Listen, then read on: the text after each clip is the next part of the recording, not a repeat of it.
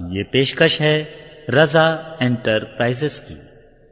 رضا enterprises, دکان number 3، چھوٹا سوناپور، نزد اکبر پیر بھائی کالج، مولانا شوکت علی روڈ، ممبئی نمبر 8۔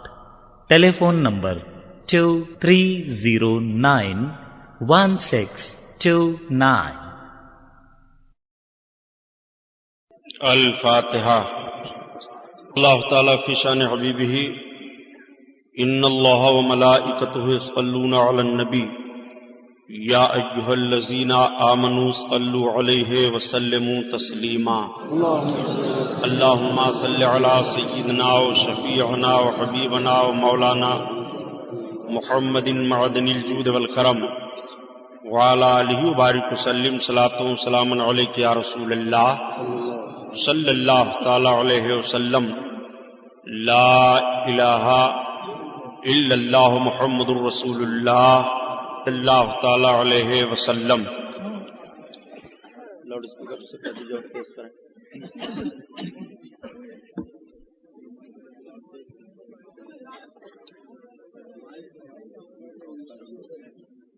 الحمدللہ الحمدللہ رب العالمین،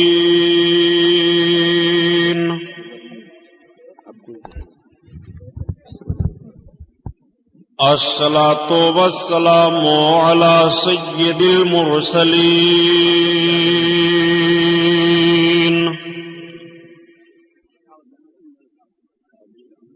وعلی آلہ الطاہرین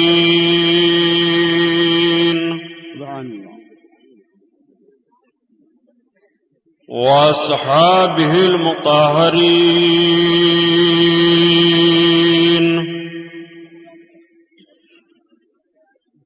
وابنہ الغوث العظم الجیلانی محی الدین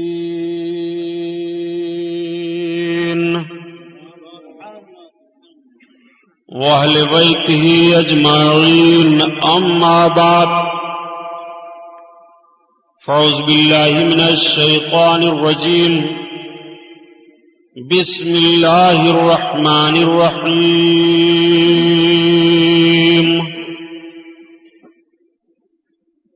قال اللہ تعالی فی القرآن العظیم والفرقان الحمید،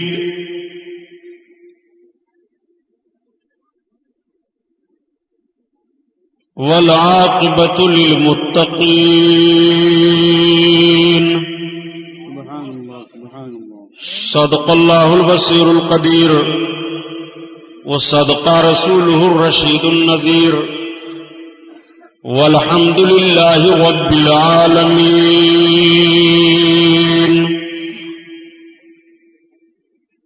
لائق صد احترام، ہم اور آپ سب سے پہلے اپنے اور ساری کائنات کی مرکزی عقیدت حضور رحمت للعالمین کس عظیم شخصیت کا نام اعلی حضرت ہے، کون سا کام اعلی حضرت نے کیا، تو کیا صرف یہ کہہ کر آپ گزر جاؤ گے اور اعلی حضرت کا صحیح تعارف ہو جائے گا کہ اعلی حضرت نے نیاز اور فاتحہ کا ثبوت دیا، چادر و گاگر کا ثبوت پیش فرمایا، روٹی اور گلگلے اور مٹھائی میں رہے معاذ اللہ۔ اعلی حضرت اس عظیم شخصیت کا نام نہیں ہے، اعلی حضرت اس عظیم شخصیت کا نام ہے کہ 1856 عیسوی میں بریلی شریف کی سرزمین پر ایک خان گھرانے میں ایک بچے کی ولادت ہوئی۔ 13 سال کی عمر میں وہ عظیم شان عالم دین بنے اور ایسے عالم بنے کہ اسی وقت سے ان کے والد نے قلم دے دیا ہاتھ میں، فتوے کی ذمہ داری دے دی، قوم کی آبرو ملت کا معاملہ سامنے تھا، آقا کریم صلی اللہ علیہ وسلم کی عظمت کی تقدیس کا سوال اٹھا، رب العزت پاک بے نیاز کی مقدس ذات پر حملے ہو رہے تھے۔ اس وقت سے اعلی حضرت نے جب قلم کو سنبھالا اور لکھنا شروع کیا تو چند ہی دنوں کے بعد میں لوگوں نے آپ کو مجدد اعظم کہا، اور کچھ دن اور گزرے تو عوام و خواص کی زبان پر آپ کو اعلی حضرت کہا جانے لگا۔ اعلی حضرت نے جب قلم سنبھالا تو بر صغیر کے مسلمانوں کے ایمان کو برباد کرنے کے لیے 100 سے زیادہ فتنے جنم لے چکے تھے۔ بڑا بھیانک فتنہ تھا کہ خدا جھوٹ بول سکتا ہے معاذ اللہ۔ بڑا بھیانک فتنہ تھا کہ جس کا نام محمد یا علی ہے اسے کسی چیز کا اختیار نہیں۔ بڑا بھیانک فتنہ تھا کہ اولیاء کرام کی مقدس مزارات کو مٹی کا ڈھیر کہا جا رہا تھا۔ بڑا بھیانک، کو کم کر دو، کہاں سے پکڑ رہا ہے لاؤڈ اسپیکر والے کو؟ کہ جب نبی کریم صلی اللہ علیہ وسلم کی مقدس ذات پر حملہ کیا گیا کہ جس کا نام محمد یا علی ہے اسے کسی چیز کا اختیار نہیں معاذ اللہ، یہ کتنا بھیانک فتنہ پیدا ہوا تھا کہ یا رسول اللہ کہہ کر رسول کٹو گے تو مشرک ہو جاؤ گے۔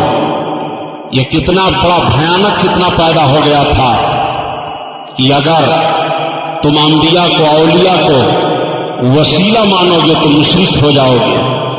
یہ کتنا بھیانک فتنہ پیدا ہوا تھا کہ دہلی کے جامع مسجد کے منبر پر ایک طرف قرآن کو رکھا گیا تھا، ایک طرف گیتا کو رکھا گیا تھا، اور گاندھی جیسے ملک کے لیڈر کو لے جا کر کے تقریر کروائی گئی تھی، اور یہ کہا گیا تھا کہ اگر نبوت کا دروازہ بند نہ ہوا ہوتا تو معاذ اللہ ہم گاندھی کو نبی مان لیتے۔ کتنا خطرناک ماحول تھا اس وقت، بر صغیر کا مسلمان چیخ پڑا تھا۔ ایسے ایسے فتنے جنم لے چکے تھے کہ جن کی بنیاد پر ایمان کی حفاظت ہونے کو کون کہے، ایمان کو جلا کر خاکستر کرنے کے لیے باطل کیمپوں سے شعلے نکل رہے تھے۔ قوم مسلم کی آبرو سلگ رہی تھی، ان کے ایمان کا جنازہ نکل رہا تھا۔ سوچ رہا تھا مسلمان کس ڈگر پر ہم جائیں، کس شاہراہ کو ہم اپنے لیے متعین کریں، اور یہ فتنہ پیدا کرنے والے کوئی معمولی وہ لوگ نہیں تھے، بلکہ وہ لوگ تھے جو بڑے بڑے دارالعلوم کے شیخ الحدیث تھے، بڑی بڑی خانقاہوں کے پیرزادے کہے جا رہے تھے، قوم کے لیڈر تسلیم کیے جا رہے تھے۔ ایسے ویسے لوگ نہیں تھے جنہوں نے بر صغیر کے مسلمانوں کے ایمان پر دن کے سفید اجالے میں ڈاکہ ڈالا تھا اور مسلمانوں کے ایمان کا سودا کیا تھا۔ مسلمان چیخ رہا تھا اپنے ایمان کی حفاظت کے لیے، رہبر تلاش کر رہا تھا۔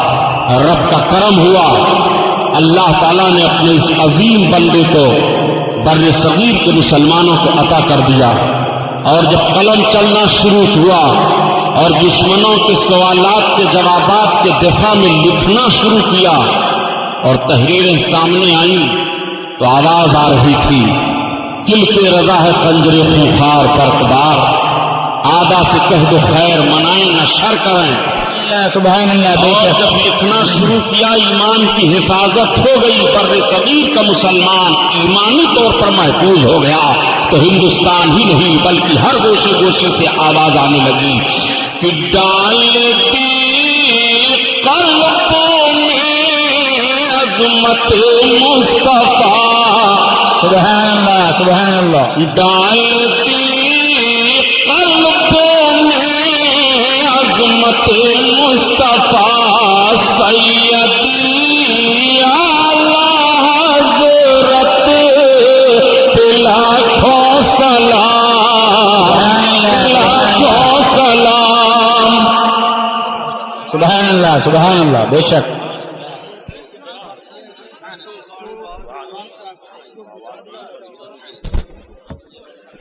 وہ ہیں اعلی حضرت۔ اب آپ سے کوئی پوچھے کون ہے اعلی حضرت تو آپ اس انداز سے بتاؤ۔ آج اعلی حضرت کی تحریروں پر ریسرچ ہو رہا ہے، اعلی حضرت کی تحریروں کو دیکھنے کے بعد محققین دنگ رہ گئے۔ اعلی حضرت ہے، انہیں اعلی حضرت کیوں کہا گیا؟ یہ تمام حضرتوں میں سب سے اعلیٰ ہیں، سب سے بڑے ہیں، اس لیے انہیں اعلیٰ حضرت کہا گیا۔ اعلیٰ حضرت کسی معمولی انسان کا نام نہیں ہے۔ آج تعجب کا مقام ہے پیارے کہ سارے جرائم ہمارے اندر ہیں اور گالیاں دی جا رہی ہیں اعلیٰ حضرت کو، اور والی ہم کریں، گالی اعلیٰ حضرت سنیں۔ اندل سندل کا معاملہ ہم پیش کریں، گالی اعلیٰ حضرت سنیں۔ خرافات ہم کریں، گالی اعلیٰ حضرت سنیں۔ ڈھول تاشے تازیہ کا معاملہ ہم رکھیں، گالی اعلیٰ حضرت سنیں۔ بدعتوں کے مرتکب ہم ہوں اور گالی اعلیٰ حضرت سنیں۔ یہ کیسا وقت کا المیہ ہے؟ اعلیٰ حضرت کے مشن کو سمجھو، اعلیٰ حضرت کی تحریک اور اعلیٰ حضرت کی تقریر کو سمجھو۔ اعلیٰ حضرت نے صحیح دین کا وہی رخ پیش کیا ہے جس پر صحابہ کا عمل تھا، غوث کا عمل تھا، قطب کا عمل تھا، مخدوموں کا عمل تھا، ائمہ مجتہدین کا عمل تھا۔ اعلیٰ حضرت نے وہی اصول و ضابطہ پیش کیا، مگر وجہ کیا ہے کہ آج ہماری اور آپ کی ساری برائیوں کو دیکھنے کے بعد معاذ اللہ بدنام اعلیٰ حضرت کو کیا جائے۔ تو اعلیٰ حضرت عظیم البرکت اپنے آقا مولا صلی اللہ علیہ وسلم کی نعت کہتے ہیں، اور ایسی نعت کہتے ہیں کہ اعلیٰ حضرت کی نعت کا ہر شعر قرآن عظیم کی کسی آیت کریمہ کا یا تو ترجمہ ہوتا ہے اور یا تو آقا کی مقدس زندگی کا کوئی عظیم الشان گوشہ ہوتا ہے، جس کو سننے کے بعد مسلمان کا ایمان تازہ ہو جاتا ہے۔ سرکار اعلیٰ حضرت عظیم البرکت اپنے آقا صلی اللہ تعالی علیہ وسلم کی شان میں اس طرح سے عرض کرتے ہیں، یا رسول اللہ، اور وہ اعلیٰ حضرت کی نعت ہے کہ بزرگوں کا تجربہ ہے کہ صبح و شام بطور وظیفہ تلاوت کیا کرو، غریب ہو تو امیر بن جاؤ گے، سبحان اللہ، بیمار ہو تو صحت مند بن جاؤ گے۔ اعلیٰ حضرت کی نعت پڑھتے رہو، بدبخت ہو آدمی محبت سے پڑھتا رہے تو نیک بخت بن جائے گا۔ اعلیٰ حضرت عظیم البرکت کی وہ نعت پاک ہے۔ اعلیٰ حضرت اپنے آقا صلی اللہ علیہ وسلم کی بارگاہ میں عرض کرتے ہیں، یا رسول اللہ، زمین و زمان تمہارے لیے، مکین و مکان تمہارے لیے، تمہارے لیے، سبحان اللہ، سبحان اللہ، زمین و چونا تمہارے لیے، بنے دو جہاں تمہارے لیے، تمہارے لیے، یا رسول اللہ،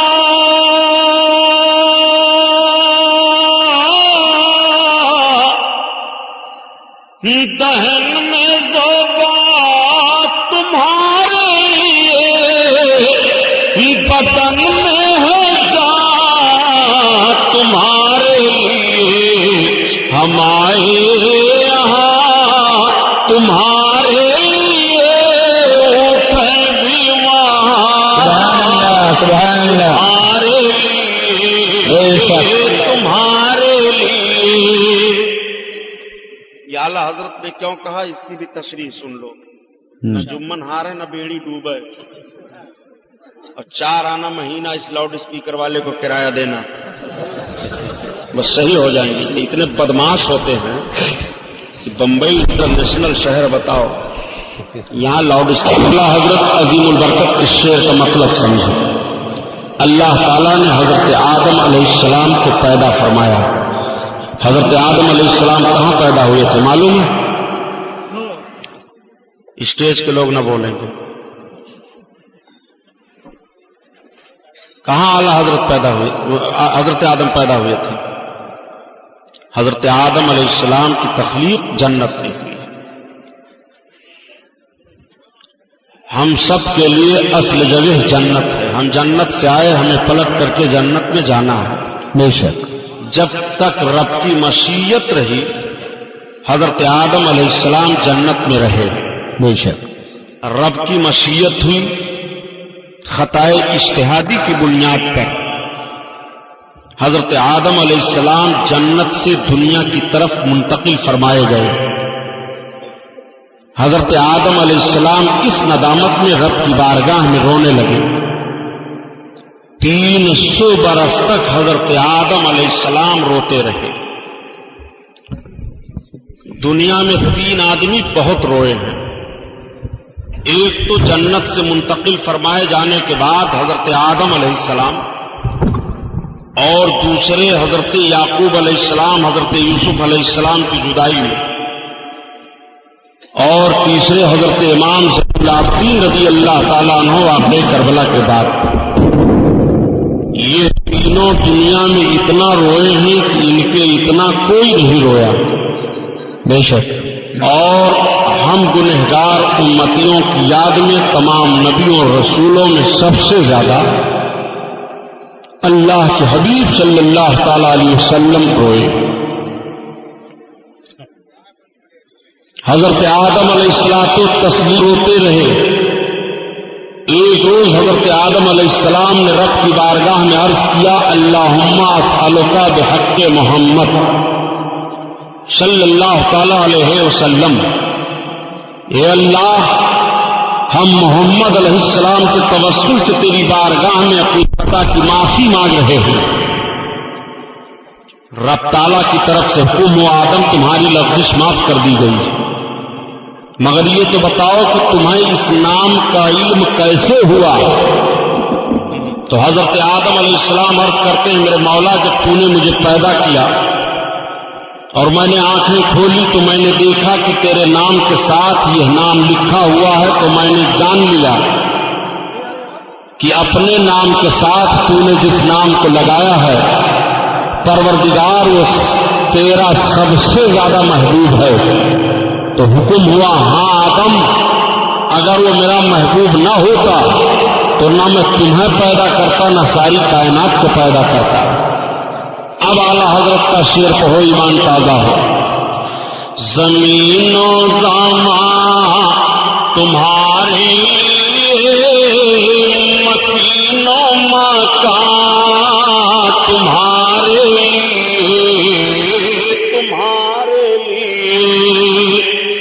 چنین و چونا تمہارے لیے، بنے تو تمہارے لیے، سبحان اللہ، سبحان اللہ۔ خلیل و نجی مسیح و صفی سبھی سے کہیں نہ بنی، یا حبیب اللہ خلیل و نجی مسیح و صفی سبھی سے کہیں نہ بنی، یہ بے خبری کی خلق تھی کہاں سے کہاں تمہارے لیے، زمین و زمان تمہارے لیے، مکین و مکان تمہارے لیے۔ اس شان سے حسان بولے، فدائے حامل قرآن بولے، غلام موتی ایمان بولے، ان طرف دقیقہ دان بولے، ادب کا مطلع تابان بولے، وَأَحْسَنُ مِنْكَ لَمْ تَرَقَّتُ عَيْنِي وَأَجْمَلُ مِنْكَ لَمْ تَلِدِ النِّسَاءُ خُلِقْتَ مُبَرَّأً مِنْ كُلِّ عَيْبٍ كَأَنَّكَ قَدْ خُلِقْتَ كَمَا تَشَاءُ۔ ہزار بار بسوئم دہنز مشک و گلاب، ہنوز نام تو گفتن کمال بے ادبی۔ حضرات، اللہ کے حبیب صلی اللہ تعالی علیہ وسلم نے ارشاد فرمایا کہ ہر صدی کے سرے پر ایک مجدد ہوگا جو دین کی تجدید کرے گا۔ دین میں خرابیاں پیدا کر دی گئی ہوں، سنتوں کو لوگ بھول بیٹھے ہوں اور بدعتوں کا رواج کر بیٹھے ہوں، تو اللہ تعالیٰ ان کو ختم کرنے کے لیے